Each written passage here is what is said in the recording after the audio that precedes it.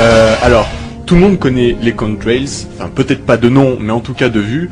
Les contrails, c'est les traces que laissent les avions dans le ciel. Donc on en voit régulièrement. C'est en fait ces petits nuages de condensation qui se forment au passage des avions, je sais pas à quel phénomène réellement physique et chimique, mais en tout cas, c'est un phénomène absolument naturel, en tout cas d'après les scientifiques. C'est pas du tout de la pollution ni quoi que ce soit, c'est uniquement dû à des petits nuages qui sont formés en fait dans la traînée des avions. Alors, faut quand même savoir qu'à une époque, je sais pas si vous vous souvenez, quand les avions passaient dans le ciel, ils laissaient pas de traces. Alors, l'explication a été avancée que c'est parce que les avions volent de plus en plus haut.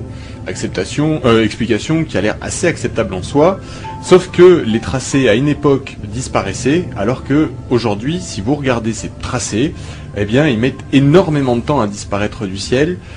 Pour certains, même, ça se compte en heures avant qu'ils disparaissent, qu'ils se dissolvent complètement dans l'atmosphère. Alors justement, je vous le disais tout à l'heure, légende urbaine ou réalité, on ne sait pas trop, mais en tout cas, le terme est né sur Internet. On ne parle plus de contrails, mais de chemtrails. Alors chem pour chemical, tout simplement, donc des traînées chimiques. Et donc c'est là que la légende ou peut-être la réalité prend racine. Ces traînées seraient-elles d'origine humaine, chimique et polluante? Et c'est tout le débat. Alors tout a commencé en fait suite à une lettre postée par un anonyme sur Internet, sur un forum, expliquant qu'il travaille comme mécanicien pour une très grande compagnie avionique, et que donc ils ont l'habitude d'intervenir sur les avions pour les réparer. Et il explique quand même avant que dans la hiérarchie des mécaniciens d'aéroport, les choses sont extrêmement cloisonnées, puisque chacun a un rôle prédéfini. Et évidemment, il y a des mécaniciens qui sont chargés de s'occuper de tout ce qui est évacuation des déchets, etc., des réservoirs, de purger les réservoirs, enfin tout ce genre de choses. En général, c'est des tâches qui rebutent plutôt les gens. Et puis, il dit que dans tous les aéroports qu'il connaît, à chaque fois, bizarrement, il y a 2 personnes, ou 3, qui se portent volontaires pour cette tâche-là. Personnes qui restent généralement à l'écart du groupe, qui connaissent pas trop les autres mécaniciens, qui font leur boulot dans leur coin, et où en fait, tout le monde pense qu'ils sont en train de purger les avions, etc. Mais au final, on ne sait pas trop ce qui se passe. Alors dans sa lettre, il explique qu'une fois, il est amené à intervenir sur un avion, et par curiosité ou par envie de pousser un petit peu plus loin la révision de l'avion, il décide d'aller voir ce qui se passe au niveau des réservoirs. Et là, il s'aperçoit qu'en fait, donc chaque avion a un schéma clair et précis qui montre clairement, noir sur blanc, quels sont les différents éléments qu'il compose, parce que vous imaginez bien qu'on monte pas un avion comme ça à l'arraché. Donc on sait exactement quel est le contenu de l'avion, quel est son agencement, etc. Et il remarque que sur les plans, ou plutôt dans l'avion, apparaissent des éléments qui sont pas sur les plans. Et ces petits éléments, en fait, c'est comme 2 sortes de mini-réservoirs, placés sur le côté, directement reliés par des mini-tuyaux qui vont vers les ailes, et qui se dirige en direction des tiges antistatiques. Alors sur les ailes d'avion, en fait, si vous regardez de près, il y a des petites tiges qui permettent de décharger l'électricité statique pour éviter que les avions prennent des chocs en électricité statique. Donc ça permet de décharger, et en fait ces petits tuyaux iraient vers certaines fausses tiges anti-électricité statique, en fait, qui seraient elles percées, comme pour laisser passer un liquide. Donc ça, voilà, la lettre est postée comme ça. Il explique que lui, il a été très intrigué par ces petits ajouts sur les avions. Alors, sur le premier avion qu'il a vu, il s'est dit bon, c'est peut-être un ajout qui n'a pas été stipulé par la suite sur le manuscrit, etc. Sur le mode d'emploi entre guillemets de l'avion. Et il laisse un peu couler l'affaire. Et en fait, il commence à s'intéresser un peu à la question, et les avions qu'il reçoit par la suite, il décide d'aller vérifier s'ils présentent la même caractéristique, et il s'aperçoit qu'en fait, tous les avions gros porteurs qu'il va contrôler comportent la même caractéristique, c'est-à-dire cet ajout de réservoirs supplémentaires qui sont pas stipulés sur les manuels. Alors, sur le dernier avion sur lequel il intervient, il se fait surprendre par un de ces mécaniciens un petit peu mystérieux, mécanicien purgeur des réservoirs, etc., qui lui dit clairement qu'il faut qu'il se mêle de ses affaires et qu'il doit disparaître.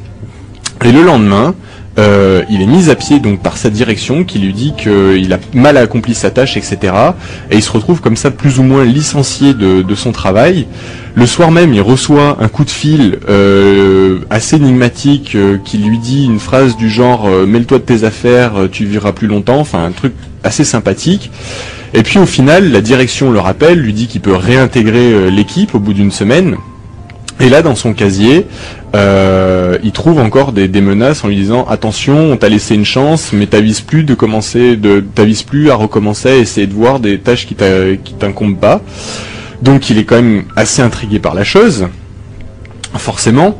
Et l'histoire, en tout cas pour lui s'arrête là, sans qu'on ait là pour lui, en tout cas pour le coup, de réelles explications sur à quoi servent ces mini réservoirs. Alors là, plusieurs hypothèses sont forcément avancées par les différents internautes, scientifiques, etc. qui ont eu connaissance de l'histoire. Alors la première explication, la plus farfelue, c'est tout simplement des agents chimiques, pour certains, qui seraient dispersés dans l'atmosphère afin de régler la démographie mondiale, parce qu'on serait trop nombreux sur Terre, etc. Donc ça permettrait d'éliminer certaines personnes et certaines populations. Voilà. Tout ça sur fond, évidemment, de photos satellites, et ça c'est vrai que c'est assez étonnant, où par exemple on constate que pendant la guerre en Bosnie, il y a eu une accélération, donc on les voit clairement, hein, ces tracés dans les nuages depuis les photos satellites, il y a eu une accélération de ces tracés qui ont formé comme une espèce de quadrillage au-dessus de la Bosnie pendant le conflit.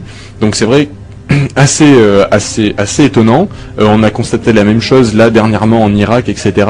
Bref, à tous les endroits où il y a des conflits, on se retrouve avec une multiplication comme ça de ces chemtrails, comme ils les appellent maintenant aux États-Unis. Et puis l'explication la plus logique, quoique quand même très surprenante, est que toute cette mise en scène ferait partie de ce qu'on appelle le projet HARP. Alors le projet HARP, qu'est-ce que c'est ? C'est tout simplement un projet qui a été monté par les États-Unis pour pouvoir mettre au point un système qui permettrait de contrôler plus ou moins les variations du temps, c'est-à-dire que ça serait des ondes à haute fréquence électromagnétique qui permettraient de faire tomber la pluie, qui permettrait éventuellement de l'arrêter aussi, etc. Bref, c'est une espèce de zone 51 de la météorologie, comme ça, qui serait implantée aux États-Unis. Alors le site existe effectivement, il y a des photos, hein, comme de la zone 51. Maintenant, à dire ce qui se passe dedans, c'est assez difficile, c'est plutôt basé sur des hypothèses et des envies personnelles d'imaginer ce qu'il y a derrière. En tout cas, pour certains, ça serait le projet HARP, et tout simplement, alors ça c'est suite à des relevés, puisque ça commençait à intriguer un peu les gens. Donc des scientifiques ont fait des relevés de ces traînées et ont constaté que les traînées des avions laissés de nos jours contenaient une quantité assez importante de barium. Alors jusque-là, on peut se dire, bon, ça laisse du barium, c'est polluant, effectivement, c'est un peu dégueulasse, mais pourquoi pas. Mais si on se penche un petit peu sur l'utilité du barium, le barium est un excellent conducteur dans l'air, et en fait permet de faire transiter les ondes, justement à haute fréquence, de façon quasi parfaite, un petit peu comme un réseau sans fil, un réseau Wi-Fi, mais à l'échelle mondiale, comme ça, et permettrait donc de faire passer les très hautes fréquences. Et donc l'hypothèse, ça serait tout simplement que ce barium servirait au projet HARP pour pouvoir véhiculer comme ça les ondes et pouvoir contrôler le temps, et donc servirait en quelque part l'armée américaine dans ses projets. Donc voilà, c'est la grosse mode en ce moment aux États-Unis. Alors effectivement, ce qu'il y a de concret dans l'histoire, c'est que les avions lâchent du barium. Ce qui est étonnant aussi, donc tout à l'heure tu parlais de ces cheveux d'ange, eh ben, les cheveux d'ange sont la conséquence directe justement du barium qui est laissé par les avions dans leur post-combustion. Donc en tout cas par n'importe quel engin volant laisse du barium derrière lui suite à la combustion. Donc t'en parlais tout à l'heure dans les miracles de Fatima, c'est ce qui m'a un petit peu intrigué d'ailleurs, puisque c'est normalement le signe clair d'un engin, aéronef, tout est lié de toute façon.